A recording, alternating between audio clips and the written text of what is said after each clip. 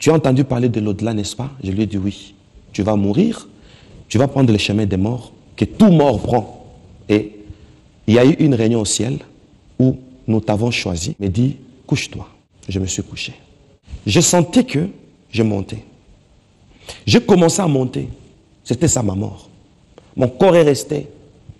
Et l'ange Gabriel m'a transporté. J'ai vu une longue route. Il m'a placé au milieu de la route. Il m'a dit. Là, c'est qui? L'ange Gabriel? L'ange Gabriel. Il m'a dit, prends ça. C'est ça le chemin des morts. L'un de ces anges me pose la question. Comment es-tu né? J'ai trouvé cette question banale. J'ai répondu sans réfléchir. Mais je suis né de mon père et de ma mère. Il me dit, comme tu es né de ton père et de ta mère, alors va à gauche. Une force m'a saisi. Pendant que j'y allais, mon âge commençait à baisser. De la quarantaine, je me suis retrouvé à l'âge de 12 ans. Je suis entré dans le séjour des morts. Tonton Jacob, j'ai vu un homme, le premier qui m'a accueilli. Je regarde, je vois un membre de famille que je connaissais. Un proche qui est mort il y a longtemps. Il me dit, Moïse, qu'est-ce que tu fais ici? Moi, je lui pose la question. Mais toi, tu as servi le Seigneur. On m'a dit tantôt qu'ici, c'est pour les pécheurs. Tu es ancien de l'église, qu'est-ce que tu fais ici? Il baisse la tête, confus, il me dit, de mon vivant, j'ai commis l'inceste. Et le jour où je suis mort, on m'a montré le film de l'inceste que j'avais commis. J'ai eu un fils, je suis sorti avec une proche parenté, et nous avons eu un fils, et le fils là, c'est toi, Moïse. Oh oui. C'est encore plus compliqué. Oh. Jusqu'à l'âge de la quarantaine, je ne connaissais pas encore mon père. Et j'ai vu mon père dans le séjour des morts. Donc vous êtes le fruit de l'inceste? Je suis le fruit de l'inceste. Vous êtes invité, c'est par rapport à votre témoignage. Vous avez été visité par les 3 anges. Tout à fait. L'ange Gabriel, l'ange Michael, l'ange Merveille. Tout à fait. Parlez-nous-en, c'était comment? D'accord. L'histoire commence par une conviction que j'ai reçue. J'étais à la maison. Nous sommes en 2006, vers la fin de l'année 2006. J'ai reçu une conviction d'aller à l'église où je suis pasteur.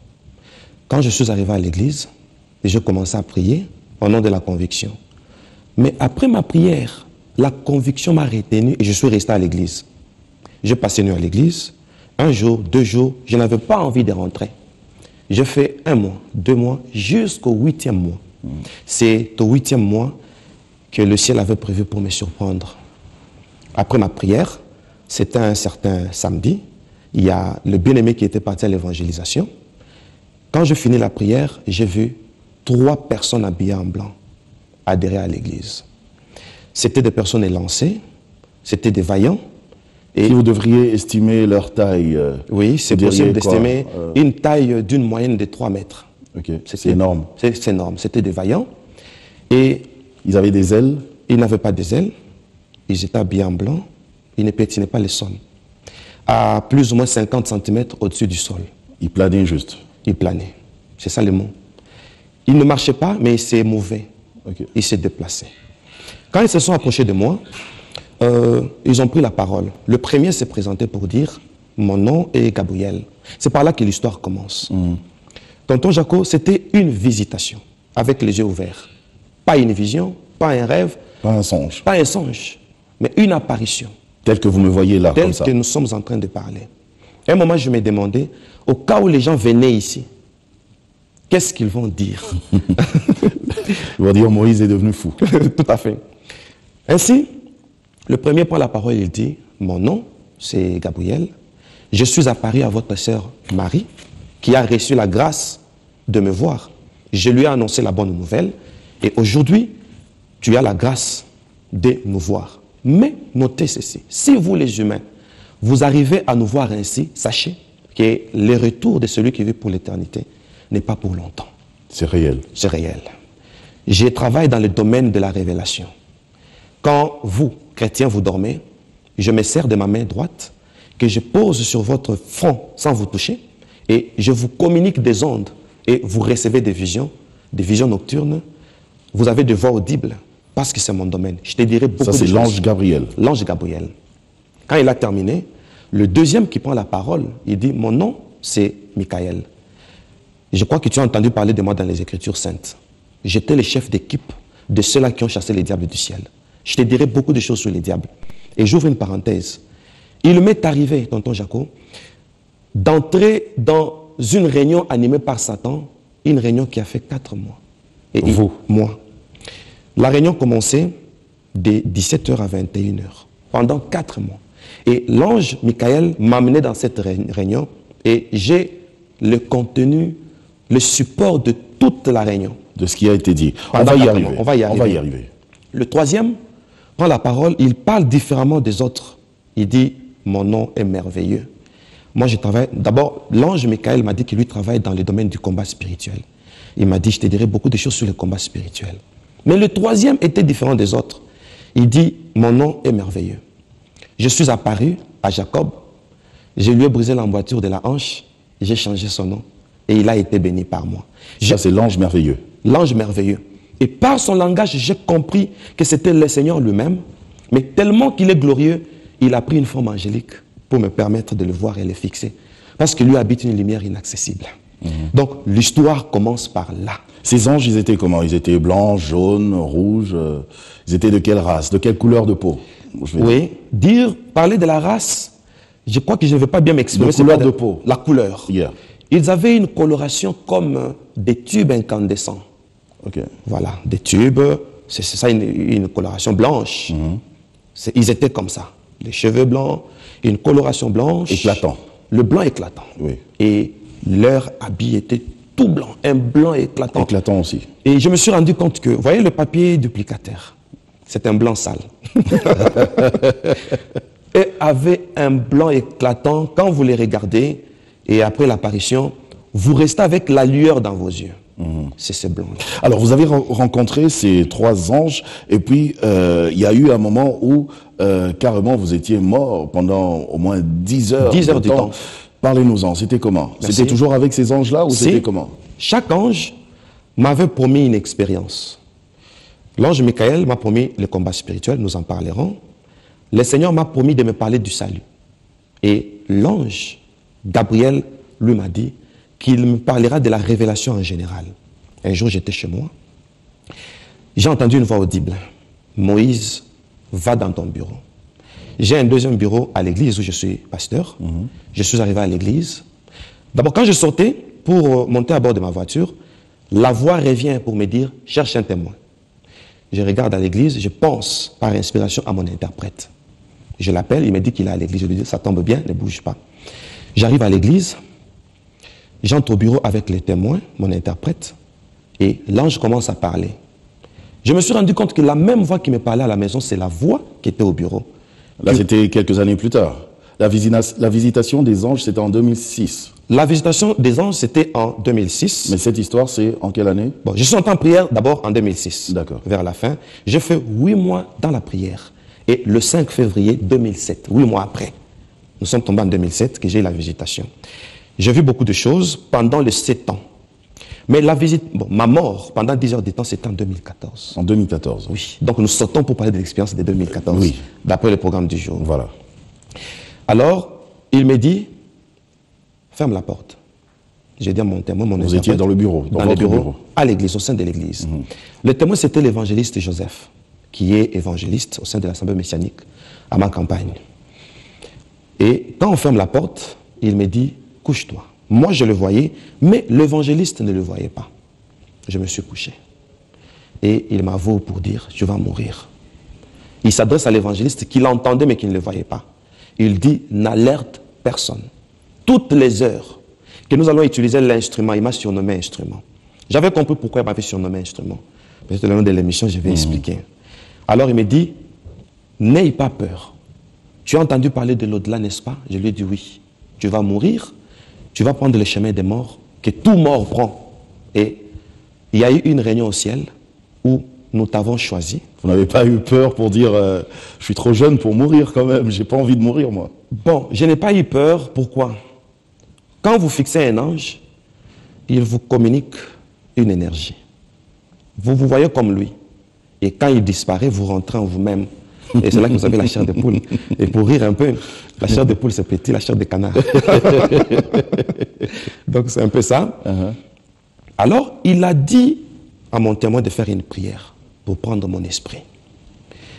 Quand mon témoin priait, je sentais que je montais. Je commençais à monter. C'était ça ma mort. Mon corps est resté.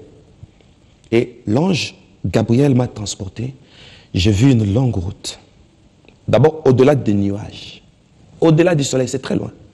J'ai vu une longue route. Et je suis allé. Il m'a placé au milieu de la route. Il m'a dit. Là, c'est qui? L'ange Gabriel? L'ange Gabriel. Il m'a dit, prends ça. C'est ça le chemin des morts. Moi, je ne savais pas que j'étais mort. Mais mon corps était resté inerte. Mon témoin vivait la scène. J'ai pris cette route. Et lui, pendant ce temps, il faisait quoi? Il continuait à prier? Le témoin. Ah, d'accord. Il ne priait pas. Tout ce que j'entendais, bon, tout ce que je voyais, lui entendait ça dans mon bureau. On lui a donné la capacité d'entendre tout ce qui s'est passé à l'au-delà. Et il était en train d'écrire. Et il a ce support-là jusqu'aujourd'hui. Je suis arrivé au fond de cette route qui était en forme d'une avenue toute droite. J'ai vu une bifurcation.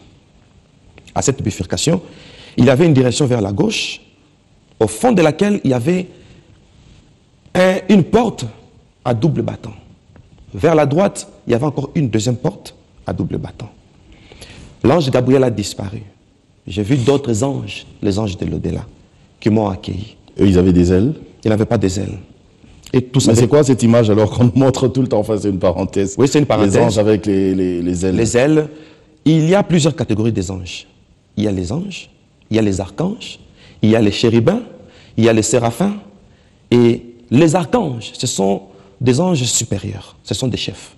Et non pas des ailes. Oui.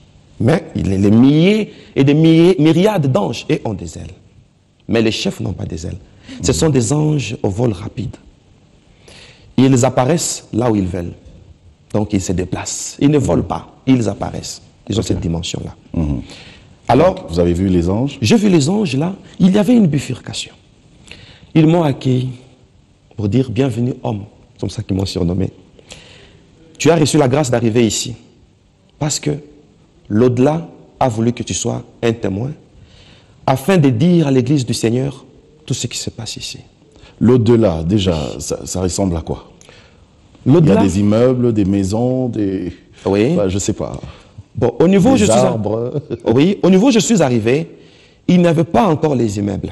Il y a un endroit où il y a les immeubles, je crois que nous en parlerons. Là où je suis arrivé, il n'y avait qu'une bifurcation. À l'horizon, il n'y avait que les nuages. Et tout était bleu. Un bleu azur, un bleu foncé. Un beau bleu. Oui, un beau bleu. C'est tout ce que j'ai vu. Alors, l'un de ces anges, gardien de l'au-delà, il me dit, tout ce que tu verras ici, toi tu seras notre porte-parole quand tu rentreras sur la terre. Regarde derrière toi. Je regarde derrière et je me rends compte qu'il y avait des caméras géantes, des grandes caméras. Ils m'ont dit, tout ce que vous faites sur la terre, en bien comme en mal, nous sommes là pour filmer le bien et le mal. Et quand vous arrivez ici, vos biens vont vous justifier et vous prendrez la droite. Et je regarde vers la droite. Il y avait un portail à double battant. Une forte lumière venait de là. Et il y avait des cantiques. On chantait à l'agneau. J'entendais, on disait agneau, agneau. Des chants avec une harmonie incroyable qui n'est pas encore sur cette terre. Belle mélodie. Et ils m'ont dit, vers la gauche, c'est là que le mort en diable, et pas seulement le mort en diable, même les chrétiens vont se retrouver là-bas s'ils sont morts dans un état de péché, quoi qu'ils étaient chrétiens. C'est compliqué alors, parce que nous péchons tous les jours. Nous péchons tous les jours, donc il faut être prêt. C'est ce qu'il faut dire. Ça veut dire que ne t'habitue pas avec le péché. Une fois que tu vois que tu es dans le péché, ta première réaction doit être la repentance. Tu dois chercher directement à arranger avec Dieu.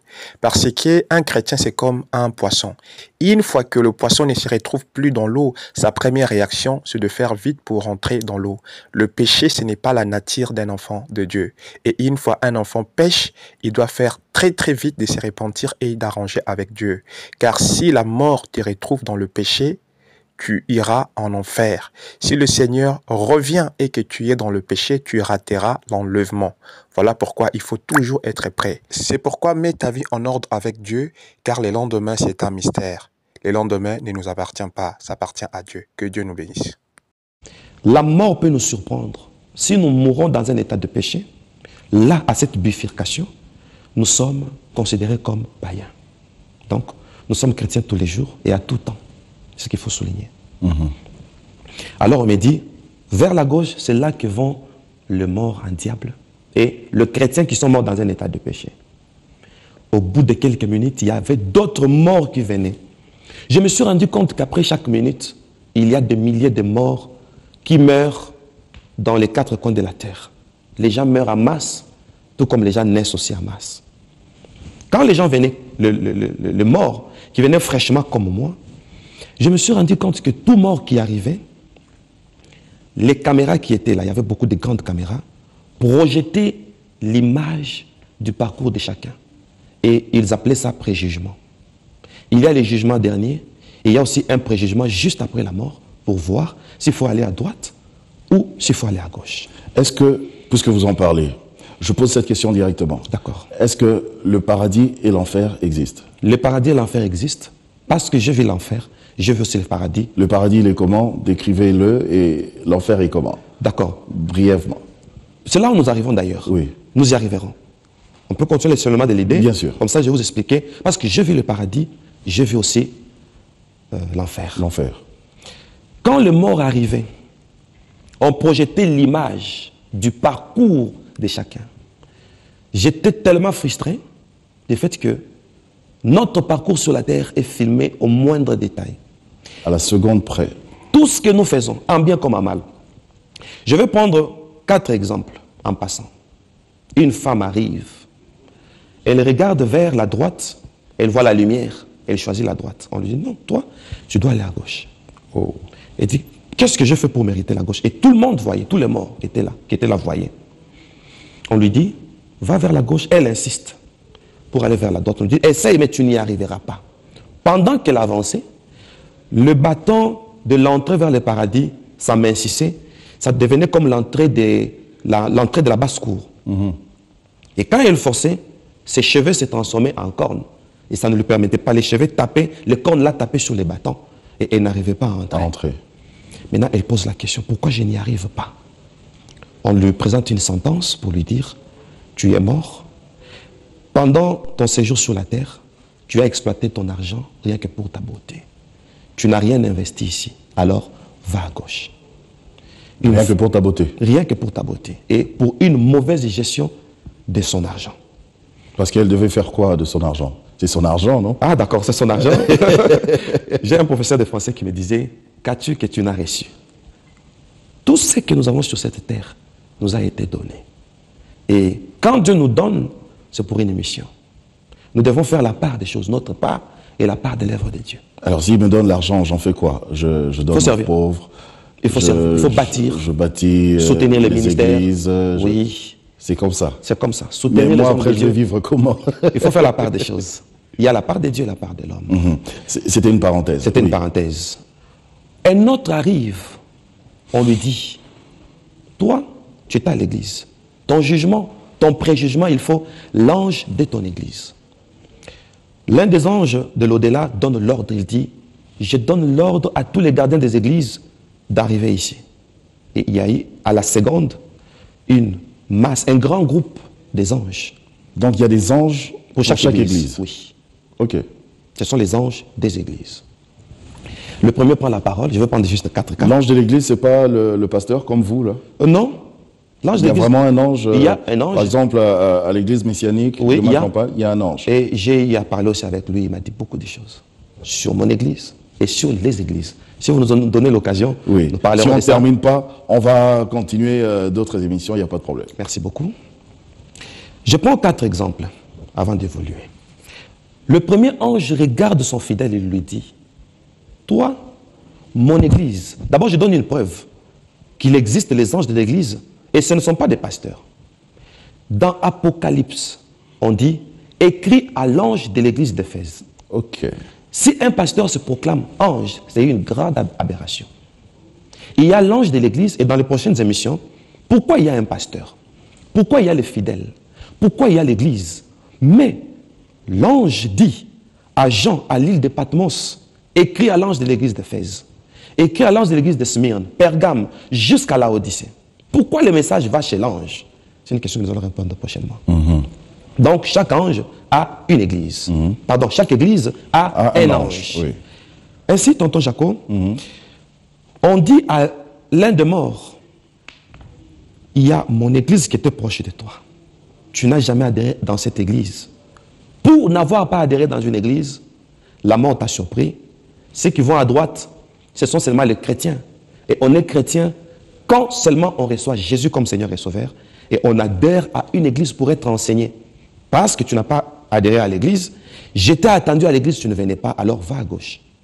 Rien que pour ça, il est allé dans les séjours des morts. Le deuxième, son ange de l'église vient. Mais je peux prier à la maison. Est-ce que je suis obligé d'aller seulement dans une église? Tout à fait. Pourquoi il faut nécessairement aller dans une église? Dans le livre de Psaume 133, on dit « Il est doux et agréable pour les frères de demeurer ensemble. » C'est comme une huile qui descend sur la tête d'Aaron. Ça va vers la barbe, jusque vers les vêtements. Ceux qui adhèrent à l'église se différencient de ceux qui ne sont pas à l'église par la réception de l'huile. Et l'huile, c'est la consécration. On oignait quelques candidats pour les consacrer.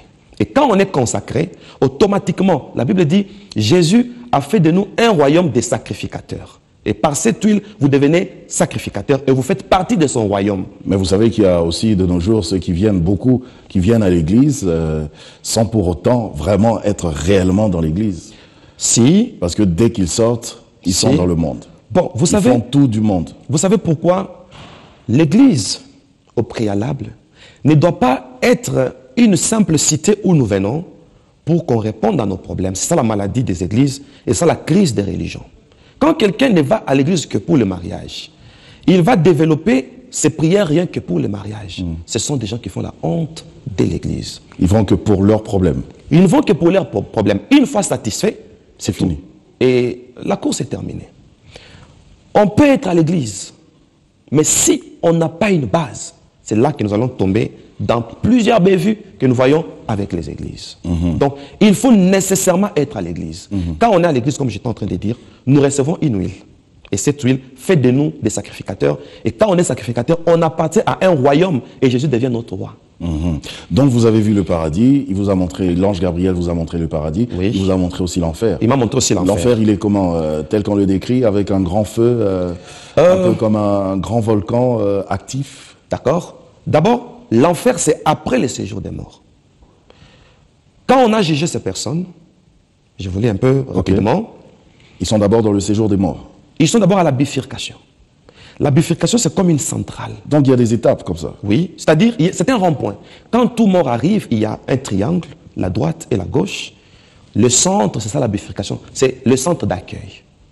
Vous avez fait le bien sur la terre, on vous envoie à droite. Vous avez fait le mal, on vous envoie à gauche. À gauche, c'est ça le séjour des morts. Le séjour des morts, c'est pour le mort en diable. Le paradis, c'est pour le mort en Christ. Ok. Oui. L'un de ces anges me pose la question. Comment es-tu né? J'ai trouvé cette question banale. J'ai répondu sans réfléchir. Mais je suis né de mon père et de ma mère.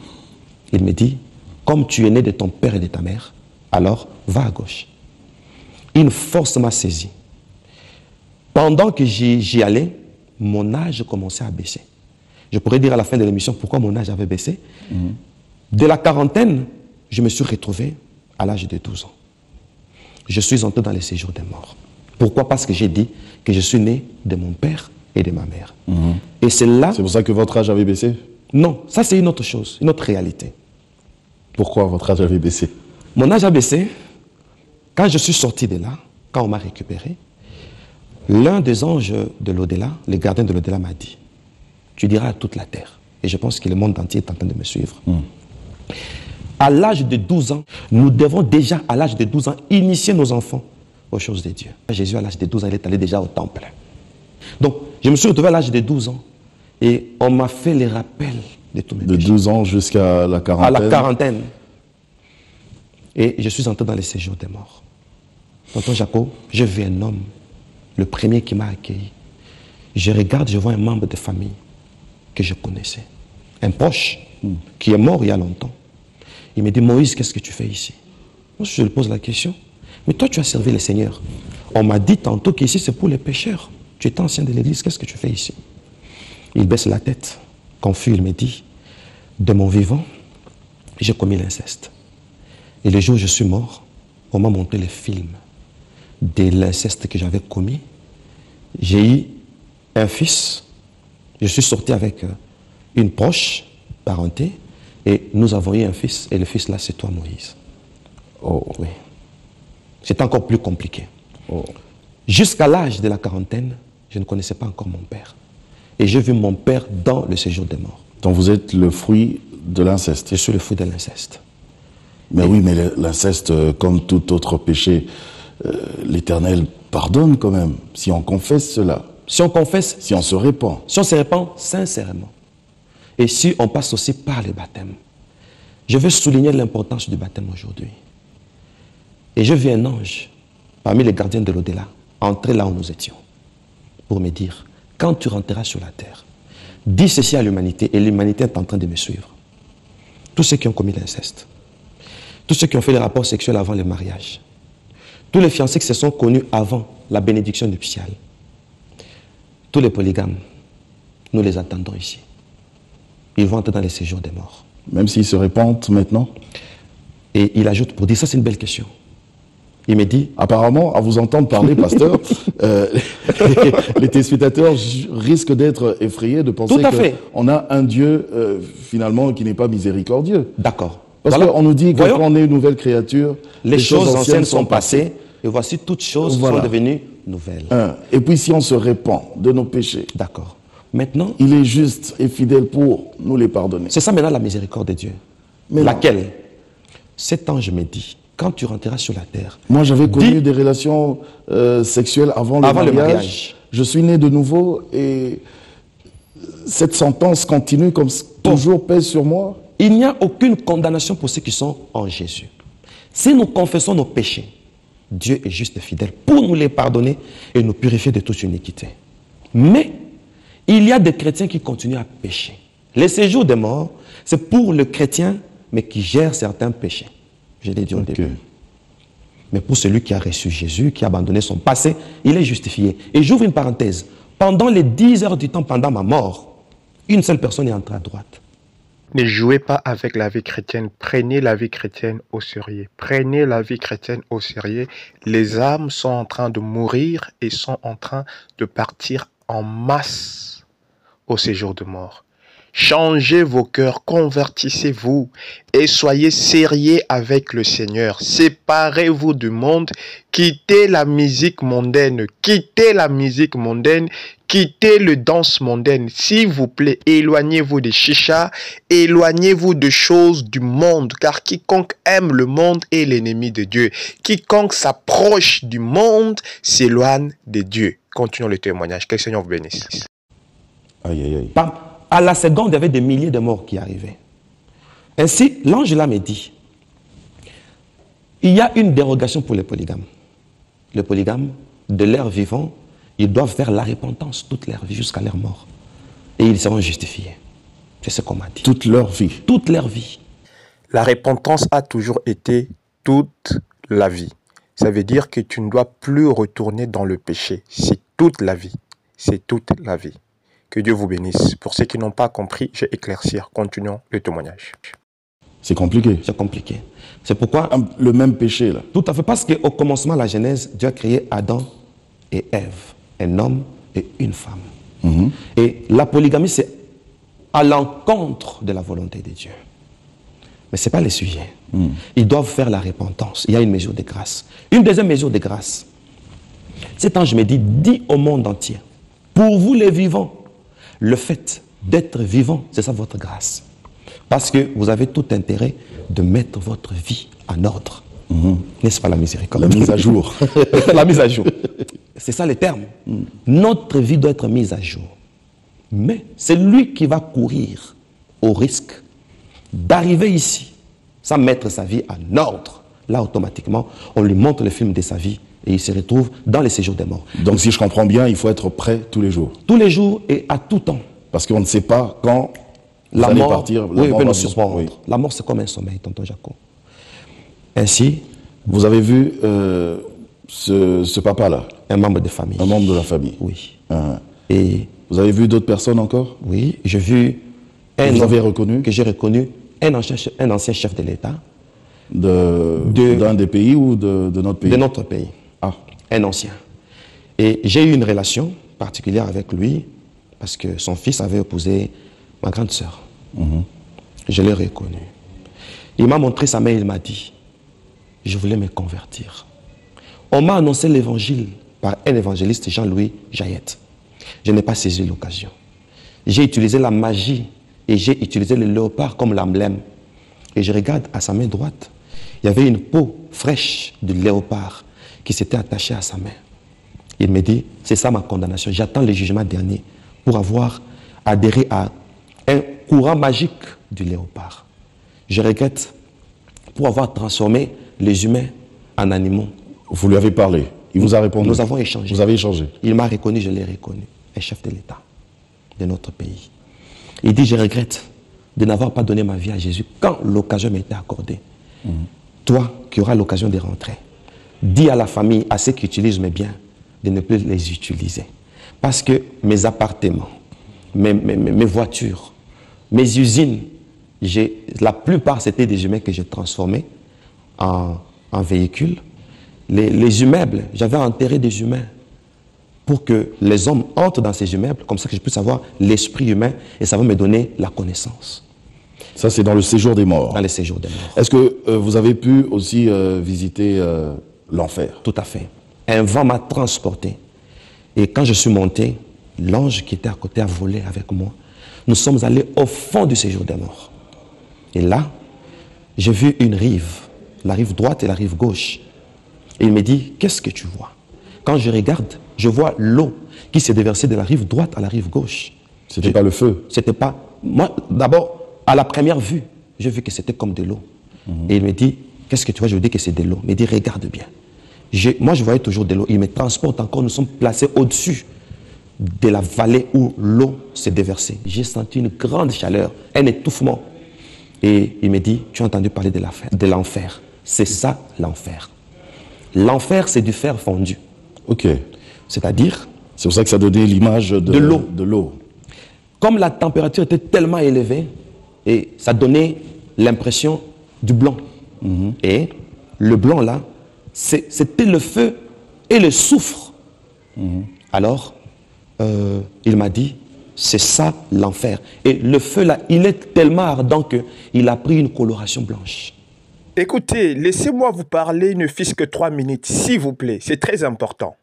Écoutez, dans le livre de Matthieu 26, verset 24, si je ne me trompe pas, la Bible parle au sujet de cet homme qui rejette le Seigneur, au sujet de cet homme qui livre le Seigneur, au sujet de cet homme qui refuse d'accepter le Seigneur dans son cœur. Voici ce que la Bible dit. La Bible dit, mieux vaudrait pour cet homme qu'il ne fût pas né.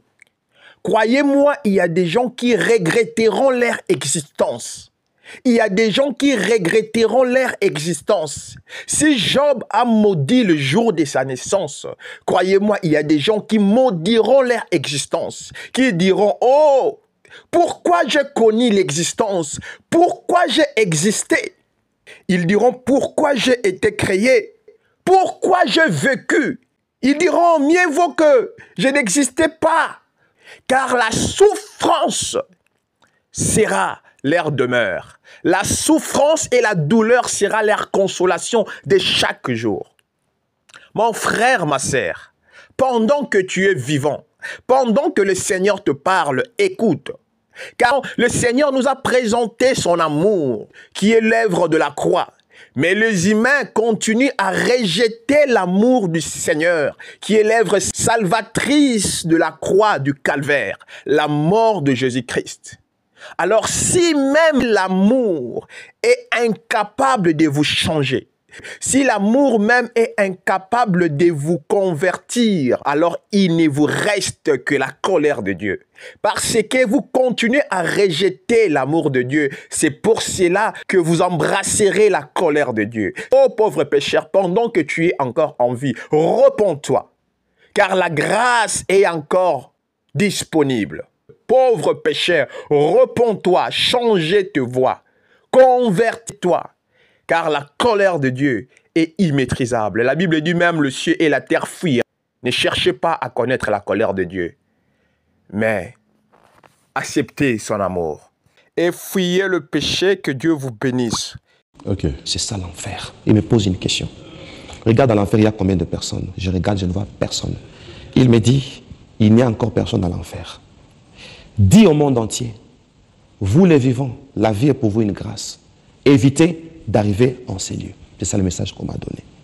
Dans l'enfer, c'est un peu comme une vallée, une grande vallée. C'est comme une grande vallée et le feu du soufre, le fer fondu vient de dérive et se déverse dans cette vallée avec une température extrême qui vibrait même, qui faisait vibrer le feu. Alors, l'ange Gabriel, toujours dans cette histoire, parce que c'est une très longue histoire, que des révélations et des révélations. Tout à fait.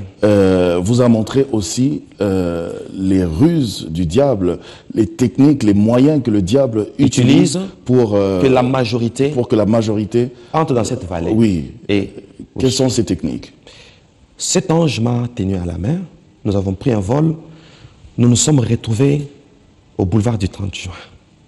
Notre boulevard du 30 juin. Notre boulevard du 30 juin. Il me dit, regarde les astuces du diable pour que la majorité aille en enfer. Il me montre un billet vert. Je regarde, je vois les dollars. Il me dit, l'étymologie de dollar, ça veut dire vallée. Dollar, ça veut dire vallée. Vallée. C'est en quelle langue? Je ne connais pas la langue.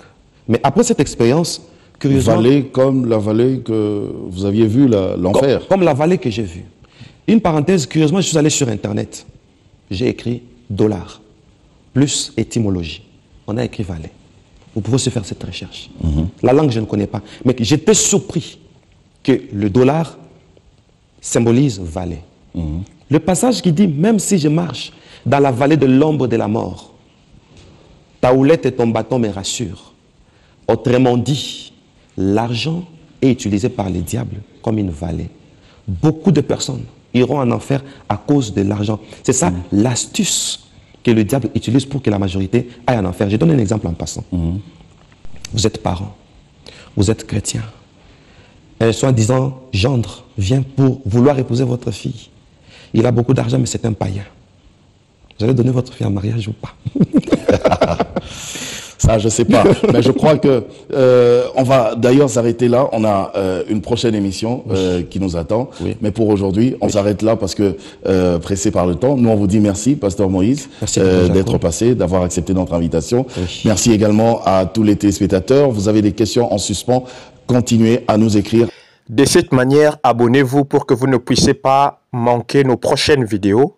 Vous s'abonner pour ne pas manquer ma prochaine vidéo nabisoté. Que le Seigneur vous bénisse. Amen. Ne vous levez pas sans le bon berger. Vous n'irez pas loin. Le monde est un piège. Tout autour de vous, c'est la désolation.